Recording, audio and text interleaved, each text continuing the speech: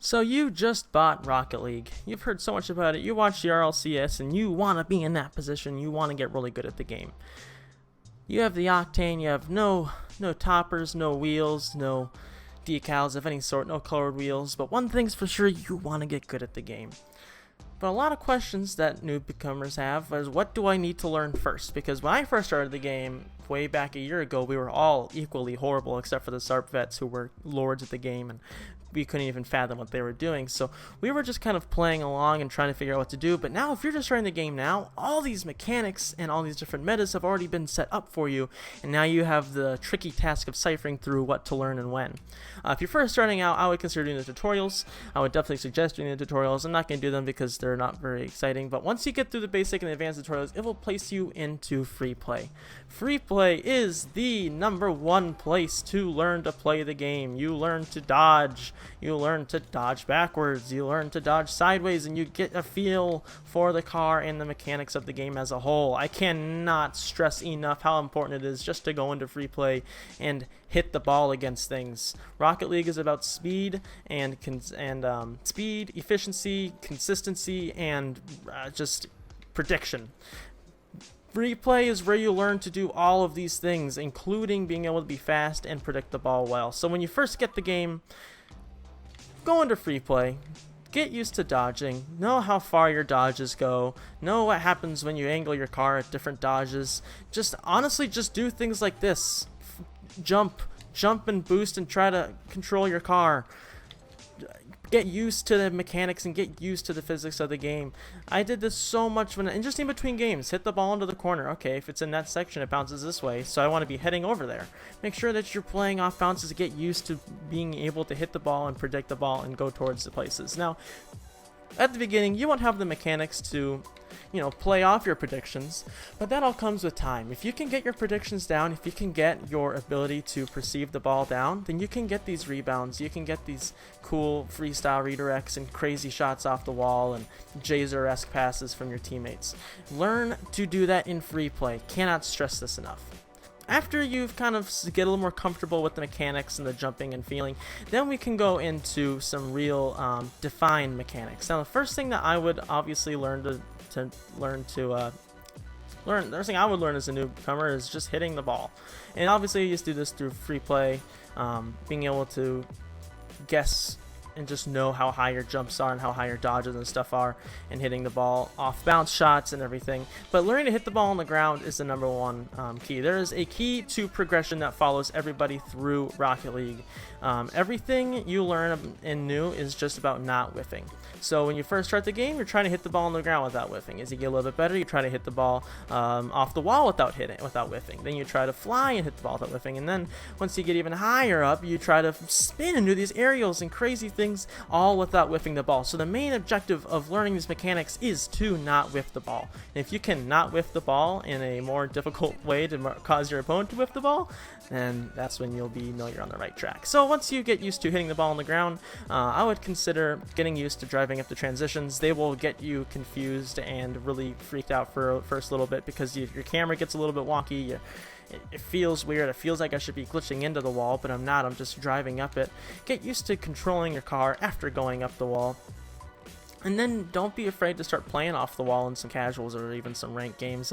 If that ball does roll up the wall like this, I see a lot of players just kind of sit right, or they kind of go up and then they just kind of get stuck here, and then they're stuck in this weird spot and they're stuck on the wall.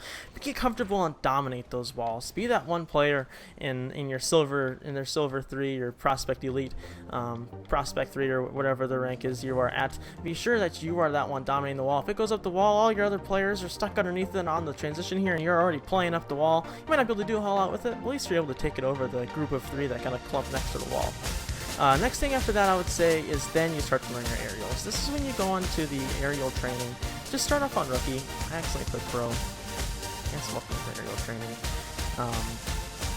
Start off on rookie, and if you're feeling advantageous, go for pro. But I would say start off on rookie. Yes, I know. It gives you these little short aerials, and it just gets you set up and active to hit, just being able to jump and forward to the ball. For some reason, I don't even have Rocket League Trainer open, but the ball's not going on to the next one. But you get the point.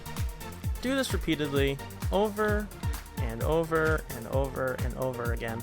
Practice jumping and then dodging into it. Practice jumping and just hitting it with your car. Practice all these different things that will make you a more impressive aerial player, and just work your way up through the ranks from rookie all the way to pro. So let's remember the order of events here. First things first, learn to hit the ball and not whiff when it's on the ground. You will whiff when it's on the ground, it happens, but get used to not doing that. Next step would be playing off the walls, and now the third one will be aerials. Now that you have your aerials, you have those base mechanics down, now let's talk about some crazier, a little bit more complex mechanics. We can talk about dribbling. Dribbling is something that will be used a lot in 1v1s and a little bit in 2s, and every now and then in 3s. The only time that I really dribble in 3s is if I have a very wide opening and I know that I have a pass for my teammate, and then I just do this little back flick. You can watch the flick tutorial on how to do these different flicks and whatnot in dribbling tutorials. But next thing is learn to dribble. And yes, it does come after aerialing, but that's just because aerialing you use in literally every aspect of the game. Maybe not so much in ones as much as you would think, but dribbling is so important. Aerialing is so important that it does come in front of dribbling, in my opinion. Dribbling can cause for a selfish player, and everyone knows that solo standard player that wants to dribble across the middle, and then the other team just comes and dunks it on them. It's pretty annoying. So that's why I put aerials in front of dribbling.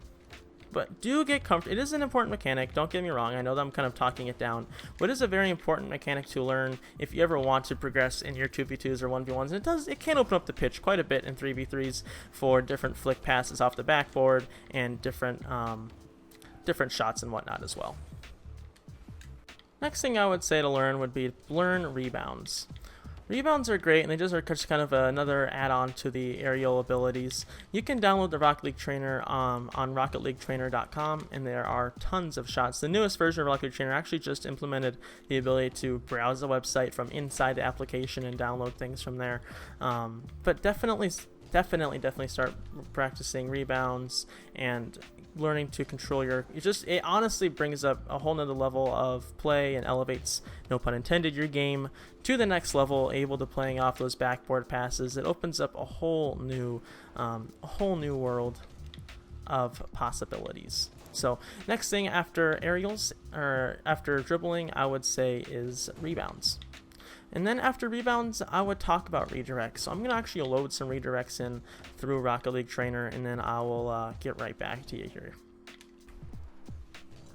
So like I said, redirects would probably be the more important addition to your aerial game that I would consider learning after rebounds and after just obviously the basic ability to aerial. And why I say redirects, this kind of later in the list of when to learn it, it's just because at a lower rank, you're not going to have these power clears forward like you will in the later rank after you learn how to rebound and air dribble and all that stuff. That's when you'll start to learn. You'll have enough playtime at that point that you'll be playing at usually a higher rank, and people will be kind of more looking forward for these passes. But in Prospect and even a lot of challengers, you're not really looking forward for this pass.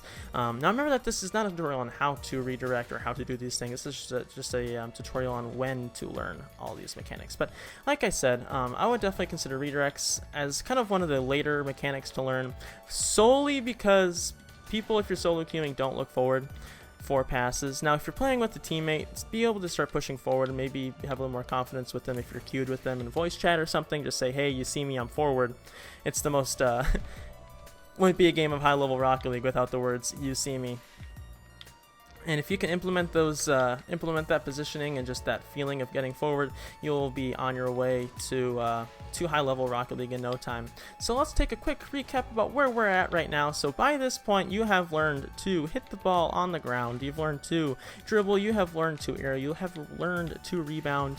And now you have just learned to redirect. So you have a lot of options to scoring the ball at this point. And now that you have kind of this basic this good little foundation of shots, now is when I would start talking about learning air dribbles and learning freestyles, because freestyles are not an important part of the game. They just make it a lot more fun. And people say, but freestyles have helped me learn air control, and I completely believe that because I've experienced that myself. But I would say learn air control through free play. Learn air control through free play while you're learning those aerials, and just by flying around instead of spinning wildly at the ball hoping that you can hit it. Now, of course, freestyles will help you in the future, but that's why I said in the future. It's not going to really help you at all in Prospect. And Prospect and Challenger, even Rising Star up until like All-Star, you just kind of want to be focusing on hitting the ball when you intend to, not necessarily how you're hitting the ball when you intend to, if that makes any sense. So at this point now is when I would start to learn the more fancy aspects of Rocket League, such as air dribbles / air drags. I'm not going to get in the debate of what they're called. They're the exact same thing. If you say air drag, people know what they're talking about. But now is when I would talk about, this is after you've learned your aerials, after you've learned all your basic and a little bit more precise mechanics, is when I would learn to do these air dribbles. Now remember, I do have a tutorial on my YouTube channel about air drags / air dribbles off the wall, and even a couple from off the ground. I would definitely consider watching those. Just remember, this is not a tutorial on how to do these mechanics. This is just a tutorial on when to learn these mechanics. So air dribbles are important, but not really.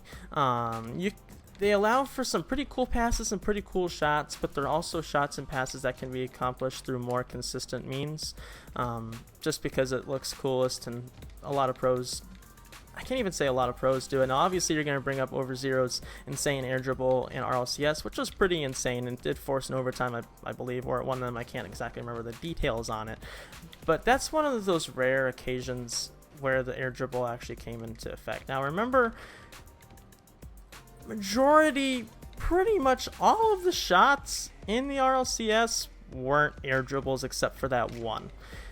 That's the exception, and it's only one of the best air dribbles ever happened in a tournament besides Gambit's air dribble on on Wasteland, and that was pretty insane. But air dribbles are in the next line to be learned, and I would say learn them even before or around the same time you're learning freestyles, because they're kind of the same.